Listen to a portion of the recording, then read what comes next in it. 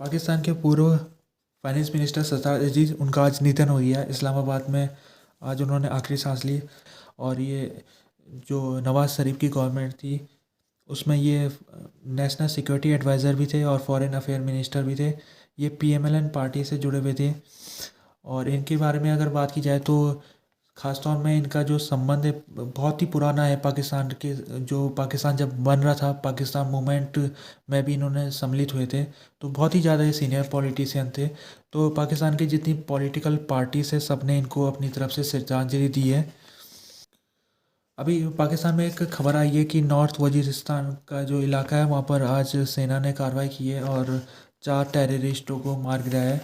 तो ये जो आज के दिन घटना ये आज के दिन जो कार्रवाई की है सेना ने, उसमें जो नॉर्थ वजीरिस्तान जो खैबर पख्तूनख्वा के इलाके में पड़ता है, इधर काफ़ी टेररिस्ट लोग यहाँ पर एक्टिव रहते हैं। तो उनको निशाना बनाने की कोशिश की जा रही है। अभी कुछ लगभग एक दिन पहले ही यहाँ पर सेना ने कार्रवाई की थी। तो इस तरह से जो इधर तालिबानी एक्टिव है लोग, टीटीपी जिनको कहते हैं तहरीक तालिबान पाकिस्तान, उनके जो फाइटर है वो यहाँ पर एक्टिव रहते हैं। तो उनको अब सेना निशाना बना रही है। खासतौर में 2022 में एग्रीमेंट टूट गया था सीज़ फायर का पाकिस्तान और टीटीपी के बीच में।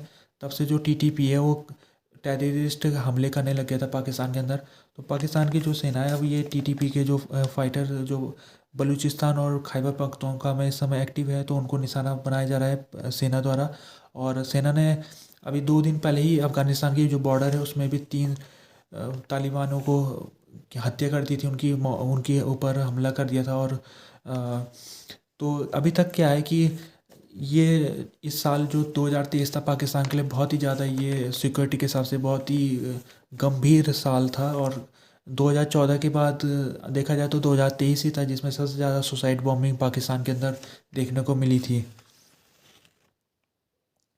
इस समय जो पाकिस्तान की सुप्रीम कोर्ट है उसमें 2 महत्वपूर्ण केसेस चल रहे हैं। एक केस है लाइफ टाइम डिस्क्वालिफिकेशन का, जो इस समय इलेक्शन है उसके तहत है ये। जैसे कि कोई व्यक्ति अगर चुनाव में खड़ा होता है तो अगर उसने कुछ क्राइम किया है तो उसको चुनाव में के लिए उसके लिए बैन कर दिया जाता है। या फिर कोई व्यक्ति का अगर कैरेक्टर ख़राब है तो उसको भी चुनाव लड़ने से मना किया जाता है। तो इसी के ऊपर अभी सुप्रीम कोर्ट में मामला चला है। खासतौर में 2 इस समय नेता है, एक पीएमएलएन के नवाज शरीफ, उनका इस समय उनके ऊपर भी बैन लगा था चुनाव लड़ने से। तो उनको तो परमिशन मिल चुकी है। तो उनके जो परमिशन मिली है तो उसके खिलाफ भी कुछ लोग हैं, लॉयर है, उन्होंने अपील की है। और कहा है कि ये जो नवाज शरीफ है जब इसके ऊपर बैन लगाए तो इसको क्यों चुनाव लड़ने की परमिशन मिली है। जबकि दूसरा व्यक्ति इमरान खान है, उसको भी तोशाखाना केस के ऊपर उसको 3 साल की कैद हुई थी, तो उसको भी बैन कर दिया गया था। तो तोशाखाना का जो जजमेंट है उसको सस्पेंड कर दिया था कोर्ट ने। तो इसके हिसाब से तो जो इमरान खान है उनको भी इलेक्शन लड़ने की परमिशन मिल जानी चाहिए थी।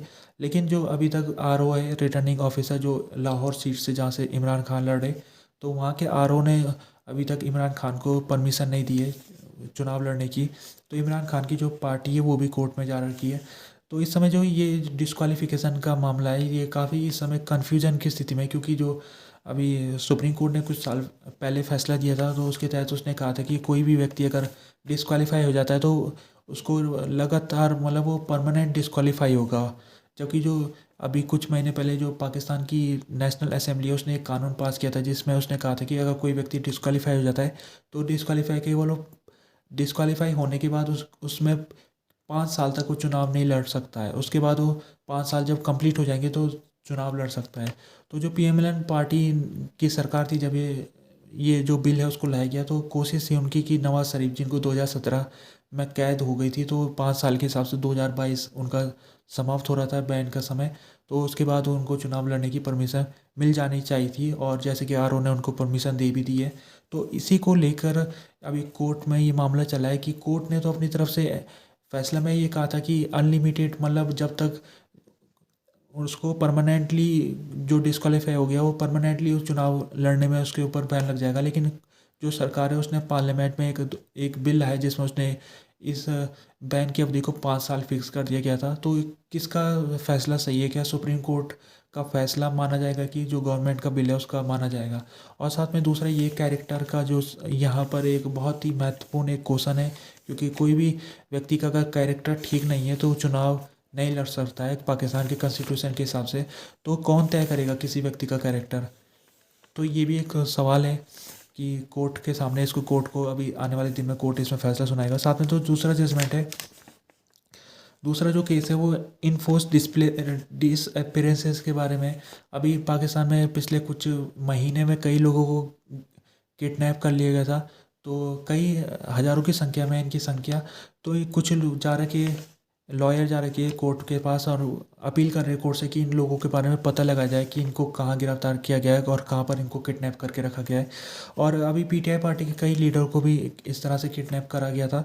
तो माना जाए कि जो सेना है वो कर रही है किडनैप, और साथ में पुलिस भी इसमें मिली हुई है। तो जो कोर्ट है उसने इसके ऊपर भी अभी आने वाले दिनों में फैसला लेना है।